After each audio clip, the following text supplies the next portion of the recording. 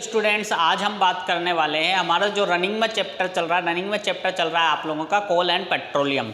तो कोल and petroleum में अपन ने कोल पढ़ा, कोल का पेट्रोलियम पढ़ा, पेट्रोलियम के बाद अपन ने नेचुरल गैसेस पढ़ी। अब हमारा जो लास्ट टॉपिक है वो है सम नेचुरल रिसोर्सेज। तो सम नेचुरल रिसोर्सेज का मतलब ये है कि अपन ने जो नेचुरल रिसोर्सेज पढ़े इनकी एस्टिमेटेड पीरियड क्या है। एस्टिमेटेड पीरियड का मीनिंग क्या है कि कितने टाइम तक हम इनको यूज़ कर सकते हैं, वो इनका होता है एस्टिमेटेड पीरियड किसी भी नेचुरल रिसोर्सेज का। तो नेचुरल रिसोर्सेज के लिए हमें क्यों रिक्वायरमेंट है कि हम और नेचुरल रिसोर्सेज को क्या करें, डिस्कवर करें।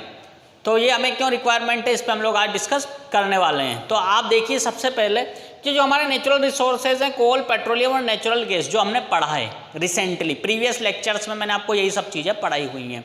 तो आप देखिए कोल जो है आप इसको 148 ईयर्स तक यूज़ कर सकते हो मैक्सिमम। एस्टिमेटेड जो इसका पीरियड होता है 148 ईयर्स तक आप इसको यूज़ कर सकते हो आने वाले टाइम में। पेट्रोलियम में तो 40 ईयर्स तक, अगर इसको डिस्कवर नहीं किया गया और तो 40 ईयर्स तक आप मैक्सिमम यूज़ कर सकते हो, क्योंकि अब ये लिमिटेड होते जा रहे हैं।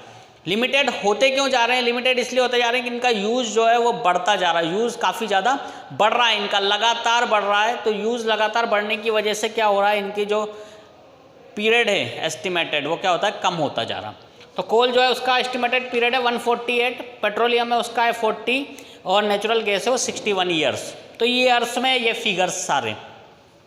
अब हमें और नेचुरल रिसोर्सेज की डिस्कवरी करना ज़रूरी क्यों है, इस पर हम लोग बात करते हैं। हमारी अर्थ पे जो अभी सबसे बड़ी प्रॉब्लम है वो है ग्लोबल वार्मिंग की। ग्लोबल वार्मिंग एक नया टॉपिक है आप लोगों के लिए। ग्लोबल वार्मिंग क्या होती है इसको आप एक बार समझिएगा। सन से जब हमारी अर्थ तक अल्ट्रा वायलेट रेज आती हैं या हीट आती है, तो ये हीट क्या होती है, आपके यहाँ पे आने के बाद क्या हो जाएगी, जैसे ही हमारी अर्थ पे कार्बन डाइऑक्साइड, कार्बन मोनोऑक्साइड जो गैसेज हैं, ये गैसेज अगर एटमॉस्फेयर में बढ़ने लगेंगी तो इनके एटमॉस्फेयर में बढ़ने के कारण क्या होगा कि जो हीट हमारी अर्थ की थी वो वहीं के वहीं रह जाएगी। मतलब हीट पूरे तरीके से क्या नहीं हो रही, बाहर नहीं निकल पा रही।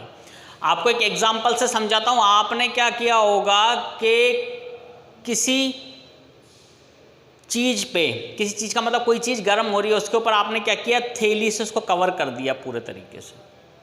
उसको क्या किया आपने, थैली से कवर कर दिया। तो कवर करने के बाद आप उसमें देखोगे कि कुछ समय बाद आप ये देखिएगा कोई चीज़ अगर गर्म थी तो, और गर्म होने के बाद आपने उसको क्या किया, थैली से कवर किया है।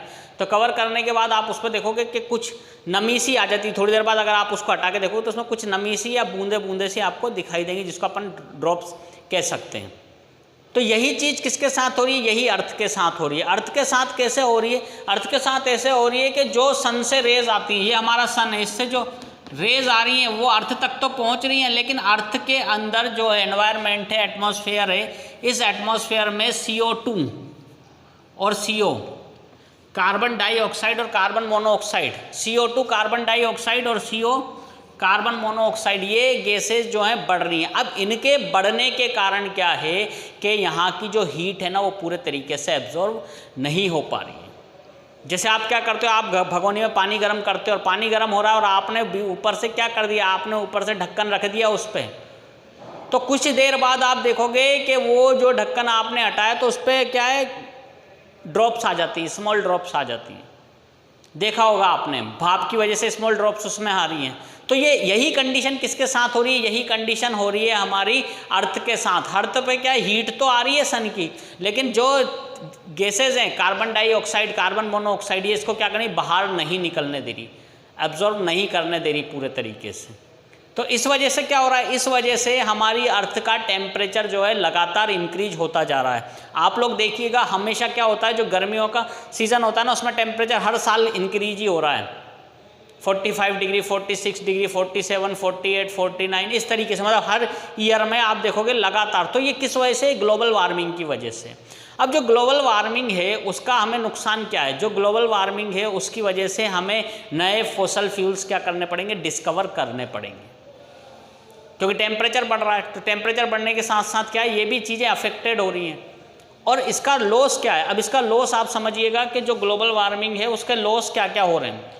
मेल्टिंग ऑफ पोलर आइस, जितने भी आइस क्लैंड थे जहाँ पे आइस जमी हुई थी, वहाँ पे क्या हो रहा है, वो सीरीज ग्लोबल वार्मिंग के कारण वो धीरे धीरे धीरे ग्लेशियर क्या होते जा रहे हैं, मेल्ट होते जा रहे हैं, धीरे धीरे वो पिघलते जा रहे हैं।